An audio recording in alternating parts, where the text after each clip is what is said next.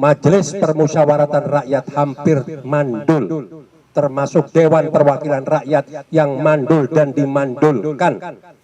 Mereka tadinya kiri, nggak punya apa-apa. Setelah mereka pegang jabatan sebagai parlemen, mereka gagah perkasa dengan jas dan pakaian yang mewah, mobil mewah.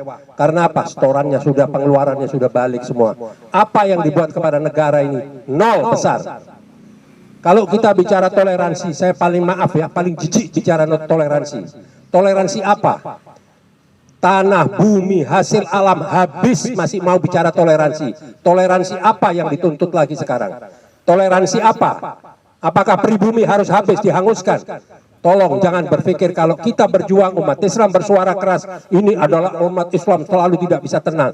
Tidak, karena umat Islam memang selalu ada di garda terdepan. Mari non-Islam yang akan berjuang bersama-sama, buktikan akan bersama dengan kita semuanya, berjuang demi menyelamatkan negara dan bangsa. Ini bukan main-main, ya. PPKM diadakan, berkepanjangan, diperpanjang, tapi tenaga kerja asing dibiarkan masuk. Kenapa sih kok cuman LBP aja nggak ada yang berani? Apa sih kelebihannya LBP? LBP nggak ada apa-apanya, kosong di mata saya kok. Maaf ini ya, bukan saya arogan atau saya mau ini, tidak. Saya tidak peduli lagi kok. Apa sekarang? Seorang menteri bisa menguasai seluruh tugas dan jabatan, berarti kabinet yang lain mandul. Memang sengaja dipasang orang-orang mandul semuanya. Contoh seperti Menteri Kesehatan, Dr. Terawan. Kenapa begitu berbeda pendapat langsung disingkirkan? Dan kenapa penggantinya tidak lebih hebat dari Dr. Terawan? Karena Dr. Terawan adalah orang yang punya pengalaman dan pernah mengeluarkan satu metode stem cell yang pasiennya orang-orang kaya, orang-orang besar, orang-orang pejabat tinggi dengan biaya tinggi, berarti dia tidak mau resiko, tapi yang lainnya mengandung resiko. Ini semua hanya siasat, di mana ada perampokan yang sebelum dilakukan sudah dibuat payung hukumnya. Ini negara mau jadi dibawa kemana? Kadran-kadrun, saya kadrun terbesar di Indonesia. Ya, orang tua saya berjasa memberikan gerudung proklamasi 56 untuk fakta proklamasi, bukan rampok. Jadi kita jangan mau terpengaruh. Kadrun tidak pernah merampok, kadrun tidak pernah merampok duit negara, tidak pernah korupsi, tidak pernah mengkhianat, tidak pernah menjual anak bangsa. Siapa yang menjual anak bangsa? Silahkan datang ke Glodok, silahkan datang ke Mangga Besar, silahkan datang ke kota. Semua siapa yang dijadikan pelacur, siapa yang dijadikan tukang masas, siapa yang dijual, siapa semua, siapa yang menjual. Clear semuanya. Kenapa kok sekarang harus ada di stigmatisasi oleh si buzzer-buzzer binatang bayaran-bayaran ini? Ini tidak boleh kita biarkan. Hanya 3-4 orang, tapi bisa mengacau, memporak-porandakan negara ini. Sampah peradaban orang-orang ini tidak bisa dibiarkan. Jadi saya selalu mendukung. Waktu Babe Aldo datang pada saya, dia menceritakan jalan Anda dengan versi yang berbeda. Kita butuh skoci-skoci, kita butuh kesadaran semua. Hari ini saya bicara untuk media. Berkali-kali setiap saya jumpa pers, tolong media proporsional, kemas berita. Saya mau tanya, kalau kita diam, kita sudah diberangus, kita sudah ditahan, terus kalian mau dijadikan apa? Mau diangkat? Mau dikasih jabatan? Enggak, kalian akan dihabisi. Mau bangsa apa saja, mau agama apa saja, termasuk Pak Pendeta, jangan diam, jangan menyerah Pak.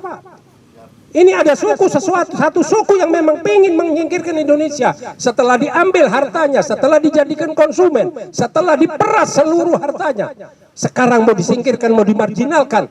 Ini tidak boleh kita diamkan. Apa yang dilakukan oleh pemerintah? Hanya cuma bagi-bagi. Mana presiden kok levelnya bagi-bagi makanan, dilempar-lempar sama begini doang? Nggak ada menteri, nggak ada yang bisa ditugaskan.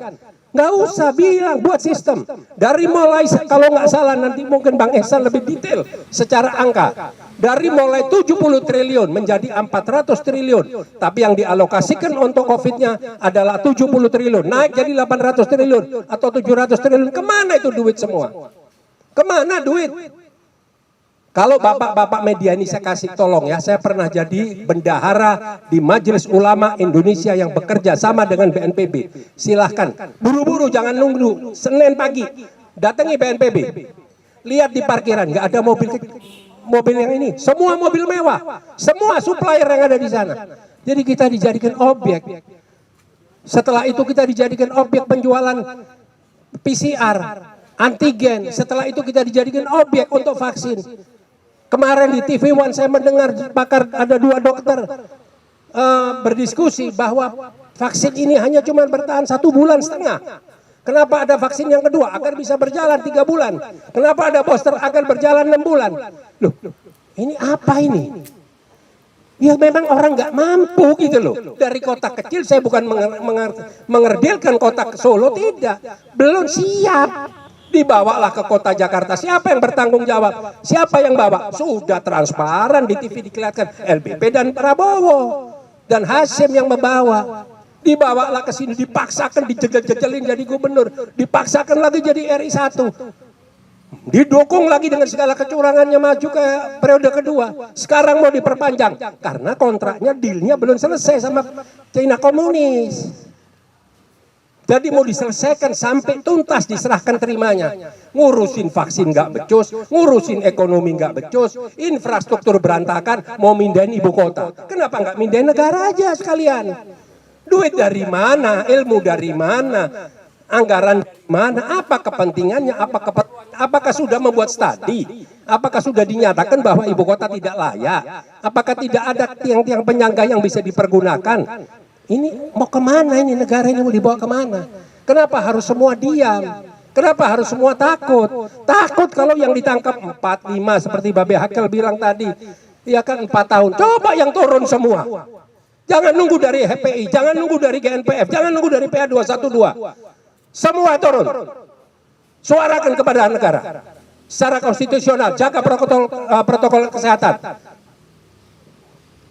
Supaya jelas mau dibawa kemana ini semua. Belum lagi sekarang sudah mulai terjadi kolaborasi mau memperpanjang jabatan. Tamat kita, habis. Ini yang menjadi satu perhatian. Tolong Babe Aldo suarakan nanti melalui Majelis Penderitaan Rakyat, di atas Majelis Pemusyawaratan Rakyat, karya Anda. Kita akan dukung. Tidak usah pakai takut. Mereka tidak ada manfaatnya semua. Berapa kali saya berkunjung ke DPR. 1 masalah HIP, 2 masalah Omnibus Law. Tidak sekalipun pimpinan DPR mau menemui kita. Kenapa tidak mau menemui kita? Karena kelompok Habib Rizik? Tidak. Saya yang kedua dan yang ketiga bersama Majelis Ulama Indonesia, dengan beberapa ulama, dengan tokoh-tokoh, tidak juga ditemuin wakil. Apa? Kenapa alasannya? Tidak mau atau nggak mampu? Memang nggak mampu. Nah kalau nggak mampu kenapa dijadikan ketua? Ini bukan bagi-bagi jatah. Ini bukan punya Bung Karno negara ini. Negara ini bukan punya PDI. Gitu loh. Negara ini punya rakyat semua, PDI ada di dalamnya. Bung Karno sebagai founding father kita. Apa sekarang? Lahirnya Pancasila saja sudah mau dimanipulasi. Sudah jelas ada visi dan misi di organisasi partainya. Nanti sedikit-sedikit disalahkan, sedikit-sedikit di stigma jelek. Gubernur dihabisin. Pokok tidak boleh, dari selain mereka tidak boleh hidup. Ingat, bukan karena Anies. Besok nongol Ihsanuddin Nursipun mau diangkat, dihabisin. Karena apa? Harus mereka. Karena mereka punya agenda besar. Formula One diributin, tapi yang namanya korupsi bansos yang langsung dengan hajat rakyat dikorupsi. Apa sampai sekarang? Bagaimana Harun Masihu? Karimana yang kaitannya sama Hasto? Nggak ada yang berkelanjutan. Nah, jadi itulah ya, mungkin saya terlalu berapi-api, karena kalau saya nanti tidak berapi-api, saya pasti ditegur nanti sama teman-teman saya yang samping kanan kiri. Karena sebentar lagi pasti tonasinya lebih tinggi. Bang Ihsan ini pasti lebih tinggi. Karena apa? Bukan dia hanya vokal, dia sudah tidak tahan lagi. Mereka tahu data, jadi jangan dianggap rakyat ini, mereka tokoh-tokoh ini nggak ngerti. Mereka punya data. Mereka tahu semua di mana kesalahan-kesalahan ini ada. Nah, bagaimana kasus tentang Habib Rizik dan kawan-kawan? Masa cuman karena salah persepsi menyatakan ini sehat terus ditahan sampai 4 tahun? Di mana naluri aparat hukum? Kenapa Joko Chandra dari 10 tahun di drop jadi 4 tahun? Kenapa Pinangki juga demikian? Itu ya sama. Bagaimana dengan yang namanya Haji Munarman? Salah apa Haji Munarman? Haji Munarman itu adalah tim suksesnya Prabowo. Berarti Prabowo teroris dong berketemu dengan Munarman. Kenapa Prabowo bisa masuk kabinet sekarang?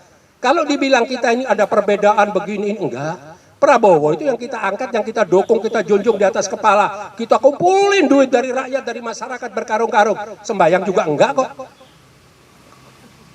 Adiknya misionaris. Enggak ada, kita bukan itu. Kita pingin adanya pergantian presiden karena kita menganggap presiden kurang layak untuk mensejahterakan rakyat, untuk berbuat pada negara. Tidak punya konsep, semuanya dadakan. Nah inilah yang harus kita tidak bisa tinggal diam.